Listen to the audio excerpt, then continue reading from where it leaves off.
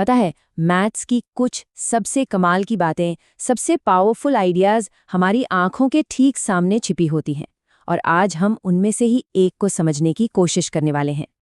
तो चलिए सीधे किसी फॉर्मूले में कूदने के बजाय एक मजेदार पहेली से शुरुआत करते हैं।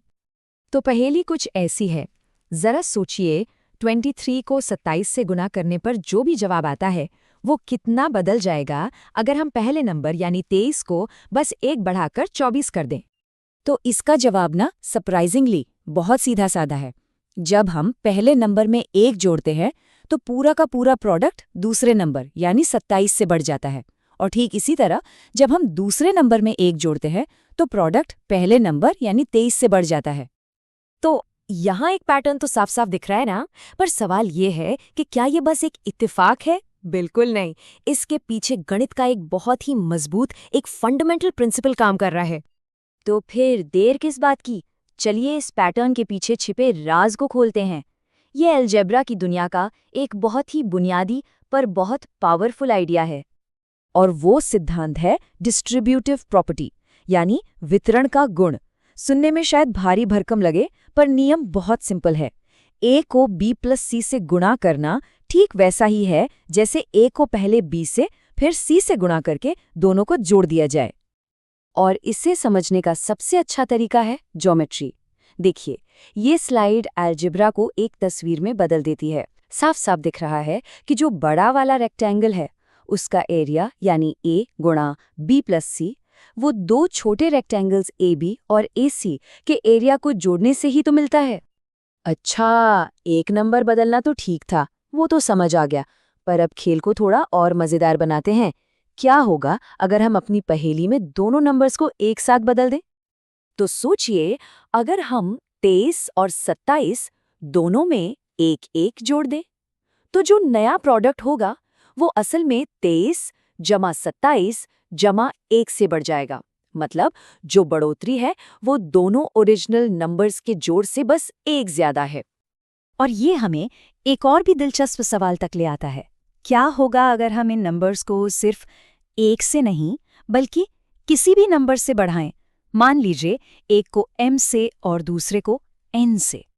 और देखिए, ये रेक्टेंगल हमें इसका जवाब दे रहा है। ये अब 4 हिस्सों में बट गया है, AB, AN, BM और MN।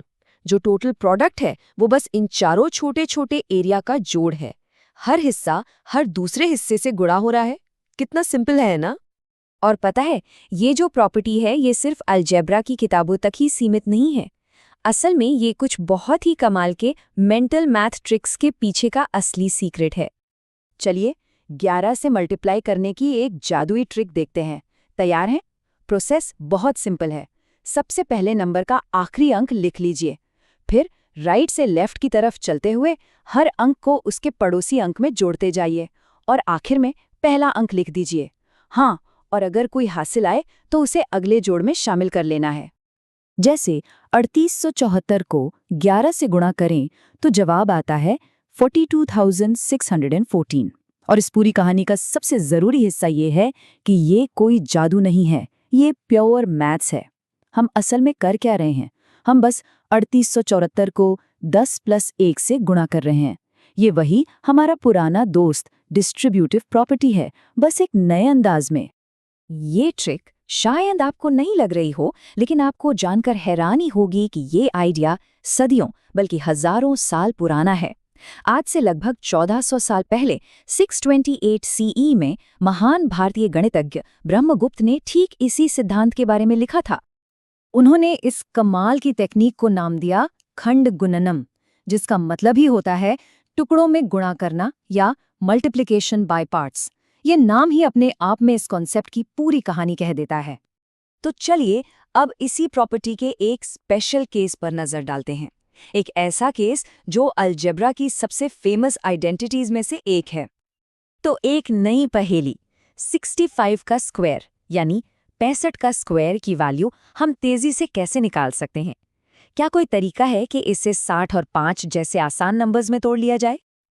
बिल्कुल, यहाँ पर a+b² वाला फॉर्मूला काम आएगा, जो होता है a² + 2ab + b²। तो 65² बन जाता है 60 + 5², जो कि होगा 60 का स्क्वायर + 2 × 60 × 5 और +5 का स्क्वायर। अब इन सबको जोड़ दीजिए, 3600, 600 और 25। जवाब आया 4225। यहाँ स्क्रीन पर देखिए, बाईं तरफ 65 के स्क्वायर का एक विजुअल प्रूफ है ज्योमेट्री के जरिए, और दाईं तरफ वही चीज अलजेब्रा के फॉर्मूले के रूप में है। ये दोनों एक ही सिक्के के दो पहलू हैं, एक बड़ा स्क्वायर जो 4 छोटे छोटे हिस्सों से मिलकर बना है। तो मेंटल मैथ की ट्रिक से लेकर अलजेब्रा की बुनियाद तक टुकड़ों में गुणा करने का ये एक छोटा सा आइडिया हर जगह मौजूद है। यह हमें सोचने पर मजबूर करता है ना, कि जिंदगी में और कौन-कौन सी बड़ी और मुश्किल प्रॉब्लम्स हैं जिन्हें हम इसी तरह छोटे आसान हिस्सों में तोड़कर सुलझा सकते हैं।